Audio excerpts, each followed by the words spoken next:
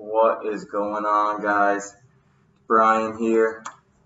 I watched those fights last night and I thought, the baby's down. Finally, we can kind of break that card down a little bit. It was, riddled with controversy from the beginning. Everybody knows John Jones and his situation. He can't stay out of trouble, and it struck again on Thursday, I believe, the day before the weigh-in. He was popped for a picogram, I believe it's called, of a long-term metabolite from an anabolic steroid. So long story short, again, John Jones fails the drug test. Dana White and Jeff Novitzky, they kind of signed off on the situation and in a way just kind of wrote it off as a residual effect of his original failed drug test against Daniel Cormier, the third fight. So they kind of signed it off, said it was okay. They moved the card to California where they were more familiar with the situation, and they sanctioned the fight. So there were three fights that I kind of really wanted to talk about. The first one being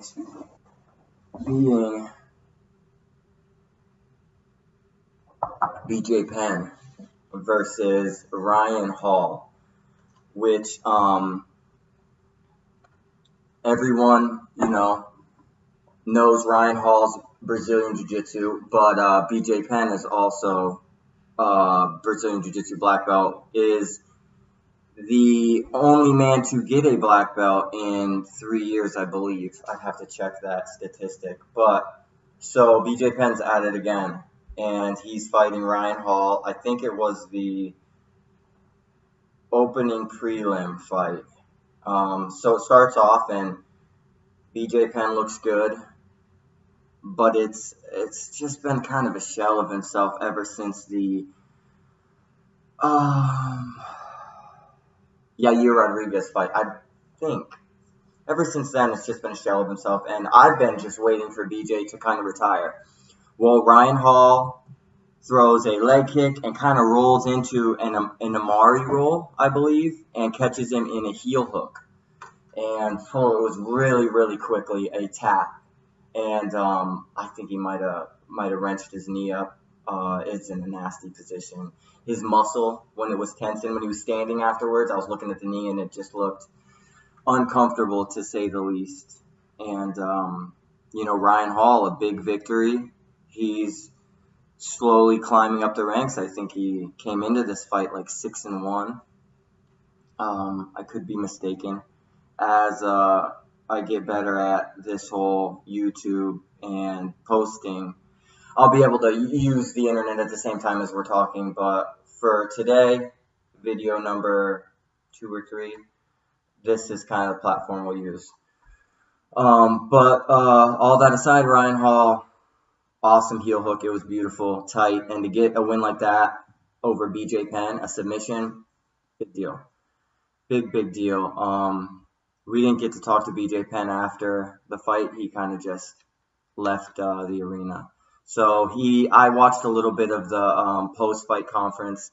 I mean, being that low on the card, he's probably not expected to speak after. Dana White had said that he didn't talk to him after the fight either. So we'll have to wait and see what happens with him moving forward. There's a couple other fights on the card. Andrei Arlovsky versus what's his name? He stepped up and fought Fabricio Verdum on short notice. God, his name is slipping my mind. But, nothing really to see there.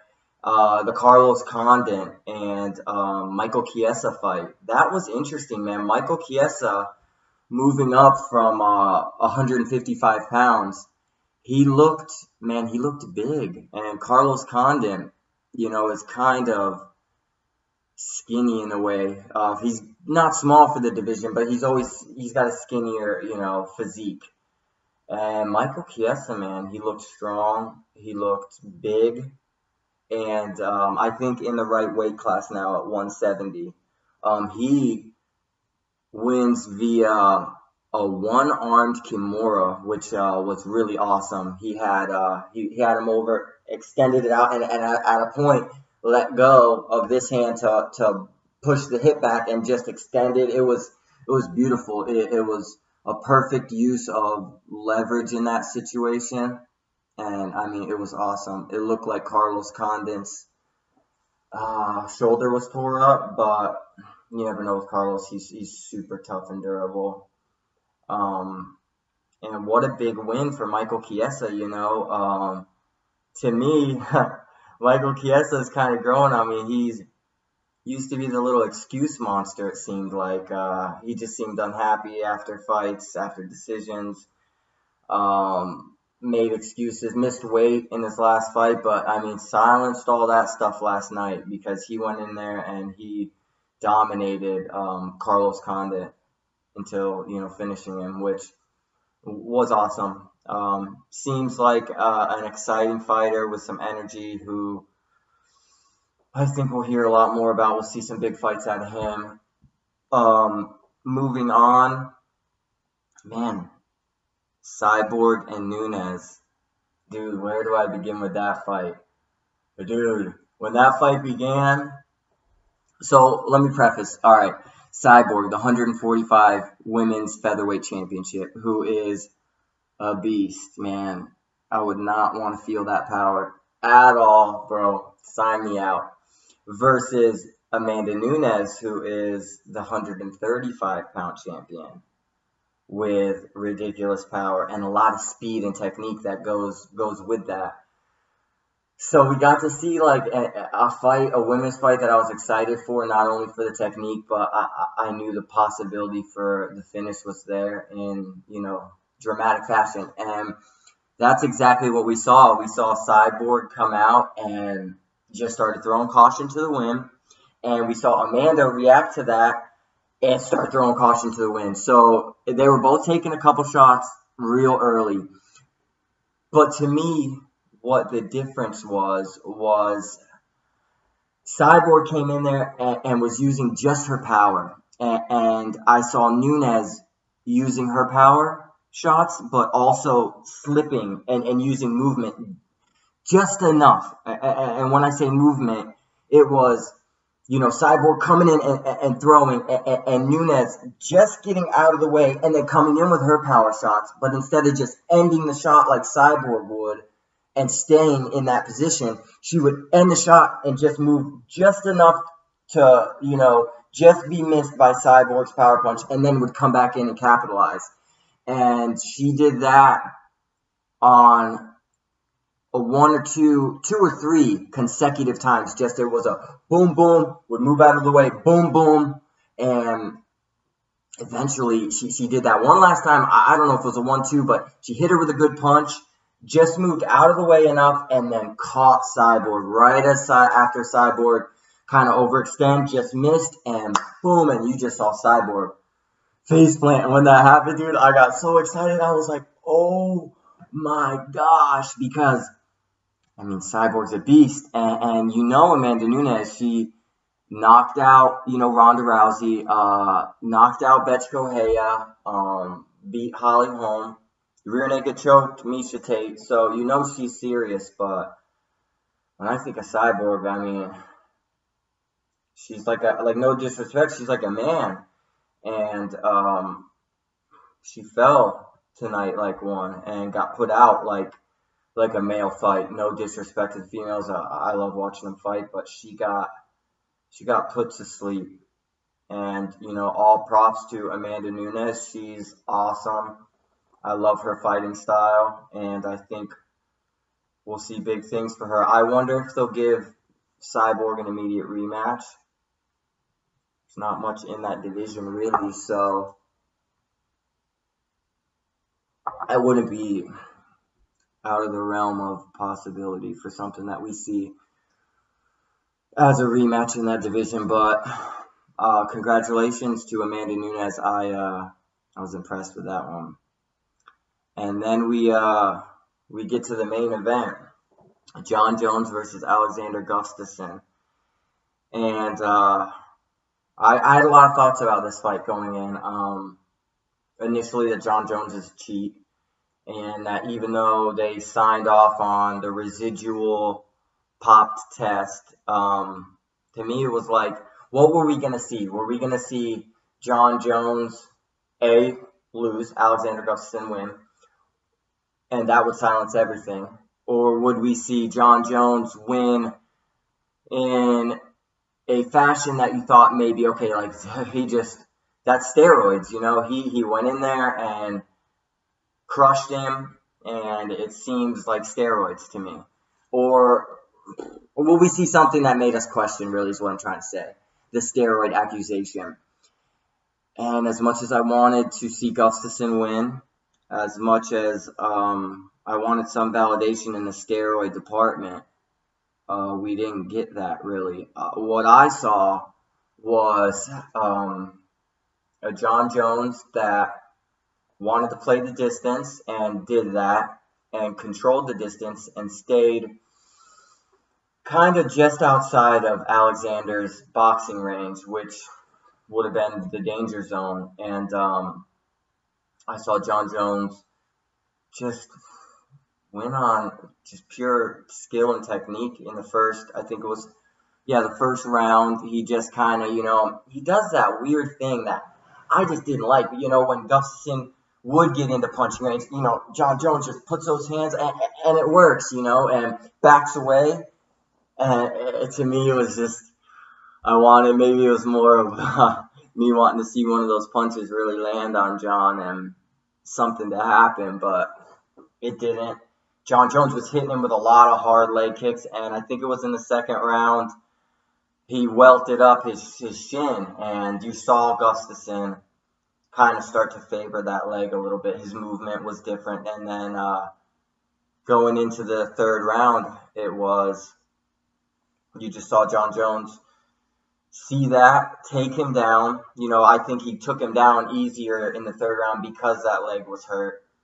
And then you just saw John technically get to his back and just pound him out and win the fight. Win the fight really on skill and spatial awareness, if you will, controlling the distance. And as cliche as that sounds, like that's how he won the fight and solidified, his spot as the king of the 205 pound division. But for me, with John Jones, we need to see some clean tests. We need to see kind of, in a way, the opposite of what has happened with Anderson Silva, where Anderson Silva didn't pop early in his career, but later in his career, maybe where it was more important for him not to and to stay and cement his legacy, he popped a lot. And I think tarnished his legacy in that department later in his career. We'll see what happens in his next fight. But so for John, what we need to see is some clean tests. We need to see the opposite of that. We need to see clean tests for the latter half of his career, and him to go and retire with a bunch of clean tests. We need to see the dirty tests be in the past for him. Because if not, man, he will go down as one of the greatest fighters of all time. He's the baddest, one of the baddest men on the planet, but it'll always be around his name, and it's going to follow him for now on. But you'd like to see some clean tests out of John, because he's got some gifts, man, that, like he said in the promo, you gotta meet God halfway when God gives you those gifts. And I hope we see John do that, because with the recreational drugs, man, I get it. I couldn't imagine being in his position, like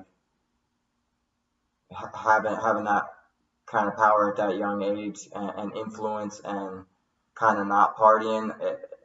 I'd like to see him redeem himself because, I can relate to that kind of stuff. And of course, not on that big of a platform.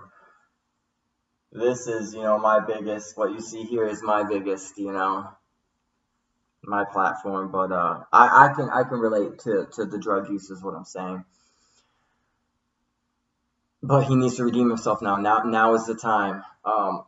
Now is the time to redeem himself, because there all comes a point in all of our lives where it's like we hit a crossroads, and it's like, do we go this way, or do we continue going down the path that we were before? And you kind of see where that leads you. And as much as it's fun and you want to try to find a balance, there's not a real balance between the party lifestyle and building your career in whatever you do. And for John Jones, it's on a humongous platform. He's an influence to a lot of people, and to see him clean would be nice. Kind of started off on that direction tonight. If he can keep it, on the straight and narrow, we'll see what happens from there. Kind of went off on a little rant there, but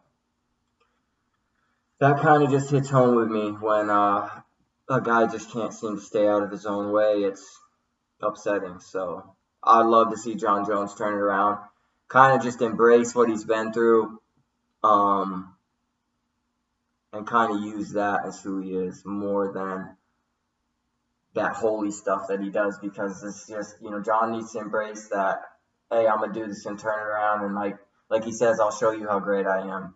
But hey, man, this is kind of a shorter one. It's just me, Brian Davis. So I'm glad you guys watched this video.